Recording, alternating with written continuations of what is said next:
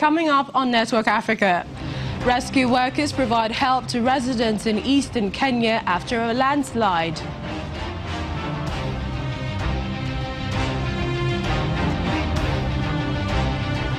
The former president of Malawi, Joyce Banda, expected home this week after nearly 4 years of self-imposed exile.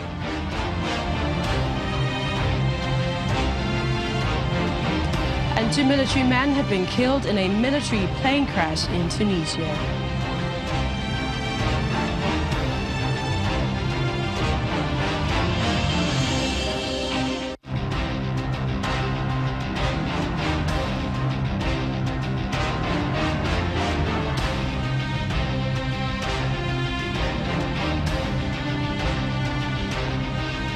Hello and welcome to the program. I'm Millicent Walker.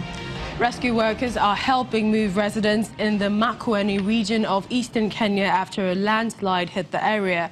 The Kenya Red Cross stated on Twitter that its staff have been activated to conduct assessment and help move locals to safer places. Local media reported that several families in neighboring villages were climbing trees and calling for help. A nearby river also burst at banks, sweeping through the village, submerging a number of houses. 5 people have so far been confirmed killed in the region since the weekend following heavy flooding. The Kenya Meteorological Department has warned of increasing heavy rains and thunderstorms across the country. The former president of Malawi, Joyce Banda, is expected to return home this week after nearly 4 years of self-imposed exile in the wake of the biggest financial scandal in the country's history.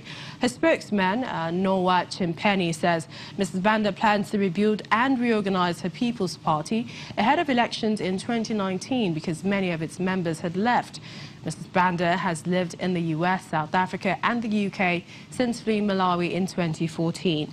Last year, police issued an arrest warrant for her in connection to the scandal known as Cashgate, in which senior government officials took millions of dollars from state coffers.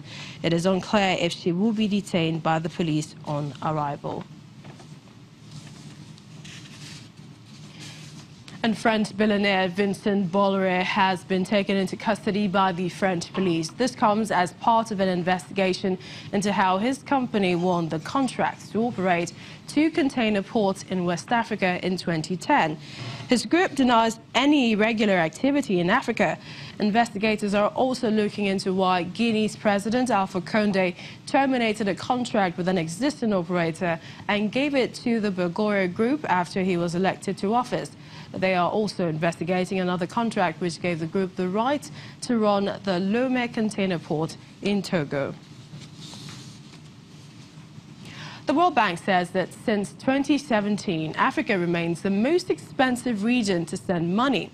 It costs an average of 9% to send $200 to sub-Saharan Africa as at the start of 2018, while the global average cost is 7%, both falling short of the United Nations Sustainable Development Goal of 3%. The World Bank says that $466 billion was sent worldwide in 2017, an increase of 8.5% since 2016. The report adds that this was driven by economic growth in Europe, Russia and the US. This year, a growth of 4% is expected. While Nigeria and Egypt, 2 of Africa's most populous nations with large diasporas, are among the world's top remittance recipients. A Nepalese peacekeeper in South Sudan has been accused of sexually abusing a teenager in the latest allegation against the so-called Blue Helmet. The UN, in a statement, says that on the 13th of April, 4 teenagers were caught trying to enter the United Nations base in Al-Wil through the perimeter fence. Contrary to media reports, the UN statement denies there is an allegation of rape. The UN said Nepali authorities will conduct an investigation. The UN peacekeepers' mission is to protect vulnerable civilians in conflict zones, but they have been hit by a raft of child sex abuse scandals across Africa. Bloggers in Tanzania will have to pay over $900 for the privilege of posting content online. Well, that's according to the new government regulations announced. All online publishers, including bloggers, vloggers and podcasters, have up to May the 5th to register. The punishment for not complying is a fine of at least 5 million Tanzanian shillings or a prison sentence of a minimum of 12 months or both. One of the country's top bloggers says that the new regulations will affect publishers online, even people who use social media sites like Instagram, Facebook or Twitter. He further stated that there are many university graduates who have taken up blogging because there are no jobs and this regulation will affect them. In Tunisia, at least 2 military men have been killed after their plane crashed close to their air base in Tunisia's Sfax state. Local media reports that the plane fell down during a night training exercise. The state governor, who was present at the scene of the accident, expressed his condolence to the families of the deceased.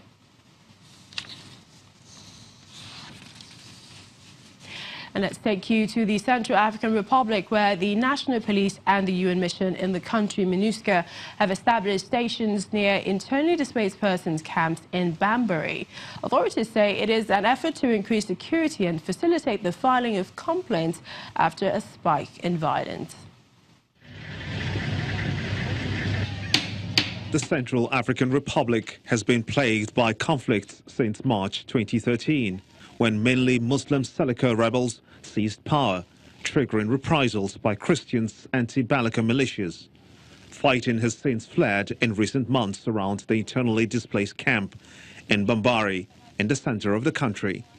With increased insecurity, the United Nations police and local authorities in Bambari say the establishment of police stations is a step to secure vulnerable displaced people. Some IDPs are more vulnerable than others. They cannot leave the camp and are sometimes afraid to denounce the violence they suffer. Violence, rape, theft and even murder. These are many crimes in these IDP camps that host thousands of people driven from their villages by armed groups. Some say they have been encouraged by having the police stations nearby, as people can file their complaints at the stations for free. MINUSCA organizes awareness sessions in the camps to encourage the displaced people to lodge complaints. Our mission is to carry out community policing. So in the different sites that surround the town of Bambari, we are in perfect harmony with the population, because the population, once in distress, once in front of danger, automatically resort to the police, and immediately we intervene. A 12,000-strong United Nations peacekeeping mission has struggled to restore order to the countryside where attacks on civilians are frequent. The United Nations Security Council approved an extra 900 peacekeepers in November to help protect citizens.